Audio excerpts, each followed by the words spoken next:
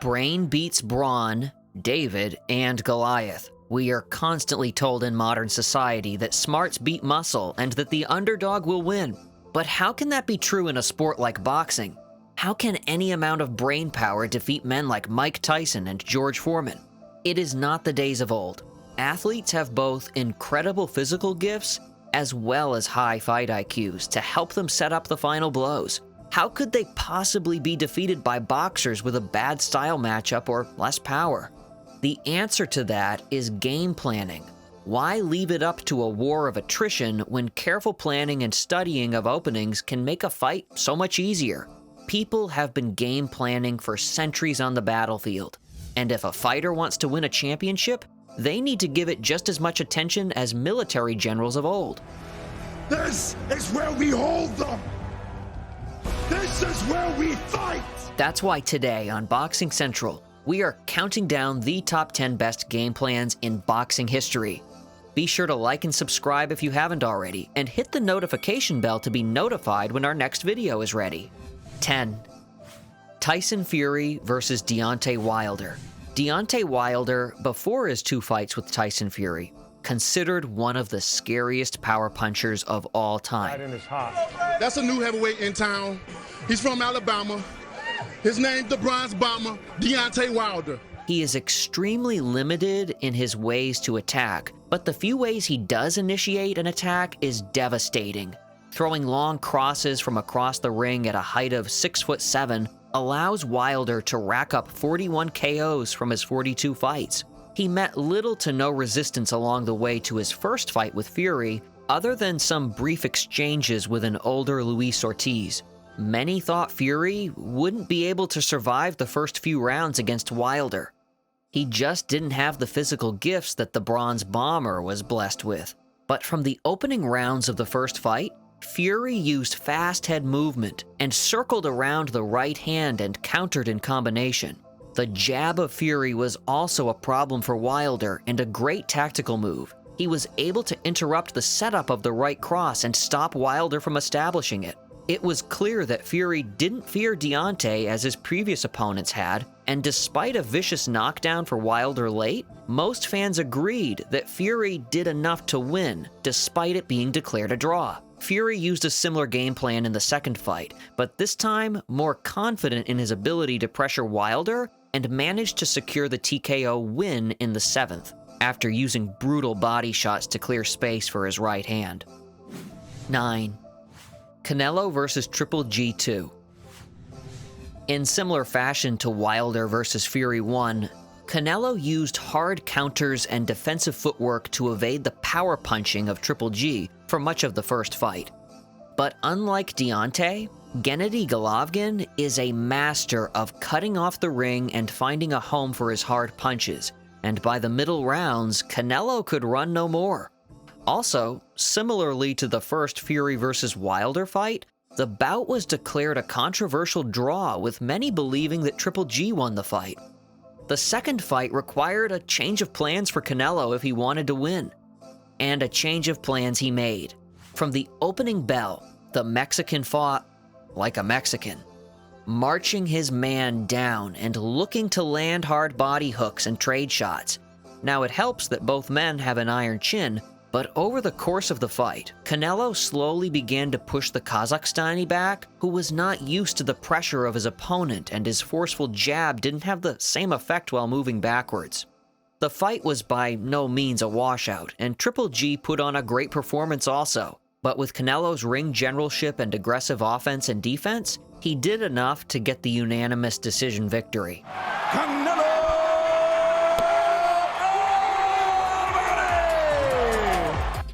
8. Floyd Mayweather versus Marcos Maidana. Now, we know what you're thinking. How could have Maidana utilized a great game plan if Floyd has never lost and so therefore beat Maidana? Well, when 2 elite fighters go to battle, they need more than just a great game plan, and losing a decision does not discredit the intelligence that Maidana showed in their first bout. Floyd Mayweather is a genius counterpuncher who relies on subtle cues from his opponent to know when to pull back and counter. But Maidana, with his use of feints and level changes, dulled Floyd's viper-like speed and agility. Maidana was able to position Floyd near the ropes, which gets rid of counterpuncher's greatest asset, space.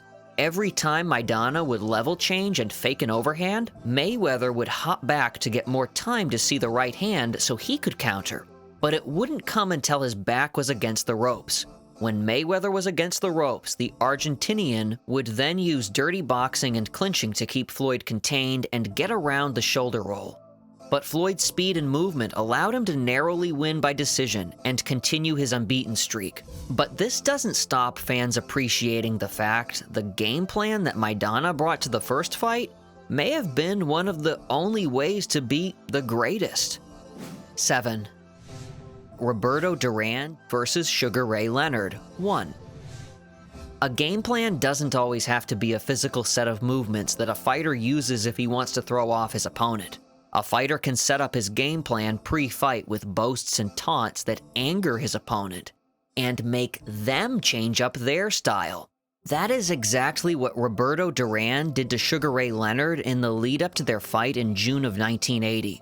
Duran repeatedly mocked Ray Leonard and attacked his manhood, wife, and basically his entire career, telling the press that Leonard only wins by running and being flashy. This angered Leonard to a great degree, and he vowed to kill Duran in the ring. Of course, this is exactly what Duran wanted. He had made a career of beating opponents through in-ring fighting and tactical brawling, and was far superior to Leonard in this aspect of the fight game. Sugar Ray was known for fast-moving quick reactions and ferocious blitz attacks when he saw his opening. But he threw this all the way to defend his manhood and lost the fight to the better in-ring fighter by unanimous decision. In the rematch, Leonard would follow his own game plan and not be swayed by trash talk and come out with the victory due to Duran quitting mid-round, famously uttering the phrase, "No mas." 6. Manny Pacquiao versus Juan Manuel Marquez, 4. Manny Pacquiao had largely put the rivalry to bed against Juan Manuel Marquez after defeating him twice previously. He did this by using incredible angles and viciously fast left hands. Marquez was no chump, however, and countered well in all of the bouts. They are rivals for a reason, and either man could win on any given night. Marquez needed to switch things up in the fourth fight, and that's exactly what he did. Taking a huge risk and relying on his chain if he failed, Marquez began to counter simultaneously instead of attacking the faster Pacquiao, as he disengaged from an exchange. Marquez is breathing through his mouth right now, and it's only the 6th round. Down ever so lightly in the last round, but then he busted him up in the remaining part of the 5th round. And back and forth they go here in the 6th. In the 6th round, his tactic paid off, and as Pac-Man threw a jab, he countered with a terrifying right hand that sent Manny crashing to the canvas dramatically. In the 6th round. And Manny went down. He hit him with a body shot. I don't know if he can get up from this. Straight on the chin. He got him in the chin. He's knocked out. Juan Manuel Marquez has done it. By switching up the game plan on his 4th attempt, Marquez had finally got a win over his rival. A beautiful moment. The winner by knockout victory. 5. Andy Ruiz versus Anthony Joshua, 2. Going into their first fight, Ruiz was a relative unknown. Most fans looked at his physique and record and assumed that heavyweight champ Joshua was being set up against another bum to knock down and pad out his record. But Joshua and his fans were in for a rude awakening despite Joshua knocking down Ruiz early.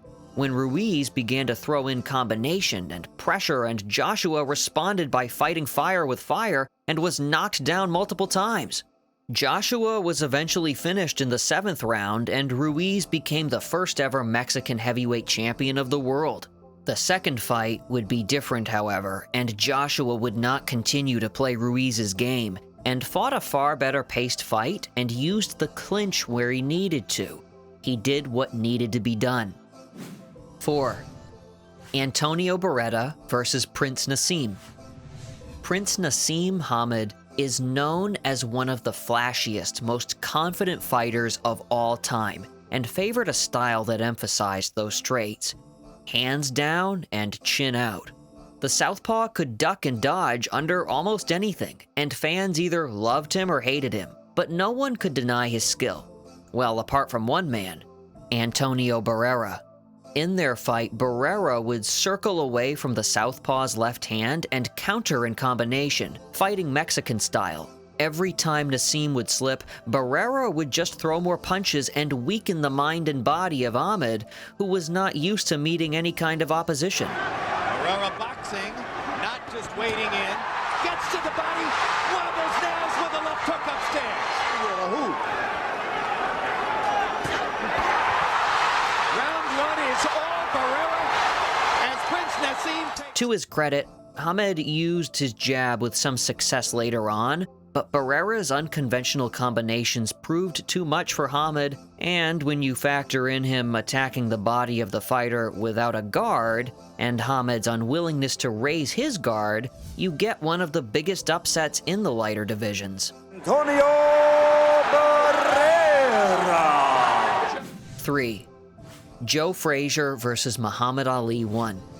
Muhammad Ali was returning from his well-documented boxing ban and was looking to reclaim the heavyweight championship of the world against his political antithesis, Joe Frazier. Getting sick and tired of all this mess.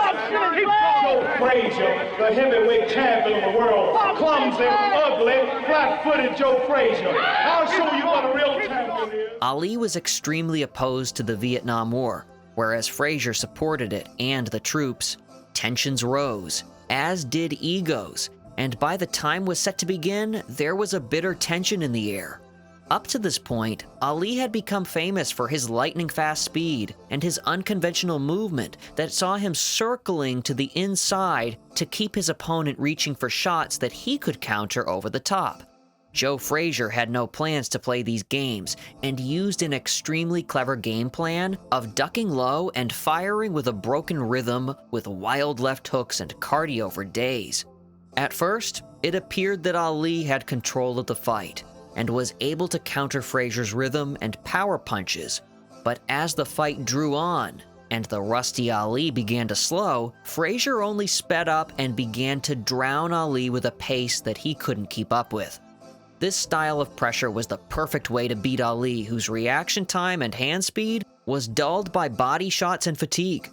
A sensational win for Joe Frazier. 2. Joe Louis versus Max Schmeling 2. Clever game plans is not a new thing. When most think of fighters of old, they think of two stupid, sluggish brawlers who trade shots in the middle of the ring until one fighter drops. But this is simply not the case. In the first fight between Joe Louis and Max Schmeling, the German Schmeling noticed that he let his left hand drop to his side every time he threw a jab. So Schmeling waited for his opponent and countered with a right hand after Louis was pulling back his jab too low. He managed to finish Louis with this strategy, much to the shock of the American viewers.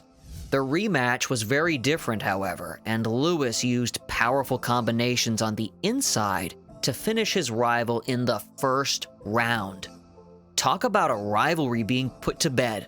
The game plan worked a treat, and Louis' uppercuts and hooks were especially devastating. 1. Muhammad Ali versus George Foreman. The Rumble in the Jungle is now one of the most exciting and memorable fights of all time. But when it was announced that a 32-year-old Ali would be facing the terrifying heavyweight champion George Foreman, most assumed it would be a washout. Foreman had a habit of finishing his opponents early on and brutally in the first few rounds, and many compared his power to Sonny Liston, if not greater than Sonny Liston. Nobody understood how an aging Ali could possibly beat this younger, hungry champion. But beat him he did, by moving often and leaning back on the ropes to give the appearance that he was being battered and bruised. Meanwhile, he was actually preserving his energy and defending intelligently. Ali looks a bit concerned, but what would you expect in there against George Foreman? Foreman not scoring these punches at all. light pouring punches, unusual. There's the vicious left. But no real serious damage done. Ali is getting his hand up. The wild left by the jaw of Ali. By the time Foreman figured out Ali's plan, it was too late. He was too tired to even properly defend himself, and Ali sensed it. He burst out from the ropes and landed a speedy 1-2 combination, and just a few punches to send his opponent spirally to the canvas. Ali had done it. He had reclaimed the championship for a second time and proved the doubters wrong with a truly unique game plan. What did you think of these incredible game plans? Let us know in the comment section below. And be sure to like and subscribe if you haven't already. Stay tuned for more videos every week. This has been a Boxing Central presentation. Thank you for watching.